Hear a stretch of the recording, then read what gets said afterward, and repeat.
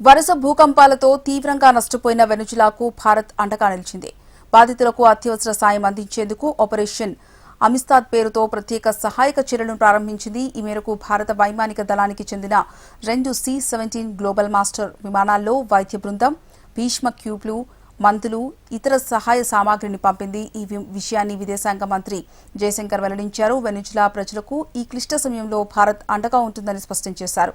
సహాయక బృందాల్లో 60 para field hospitals కు చెందిన 41 మంది సిబ్బంది ఉన్నారు. వీరిలో 9 మంది వైద్యులు ఉన్నారు. అత్యవసర వైద్యం, శస్త్రచికిత్సలు, ఇతర ఆరోగ్య సేవలు అందించేందుకు వీరు సిద్ధంగా ఉన్నారు. విదేశాంగ శాఖ అందించిన సుమారు 6 టన్నుల వైద్య సామాగ్రి కూడా వెంట తీసుకెళ్లారు.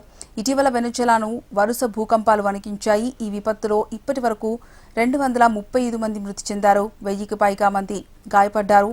వేలాది మంది ఇంకా గల్లంతైనట్టు అక్కడ అధికారులు తెలిపారు.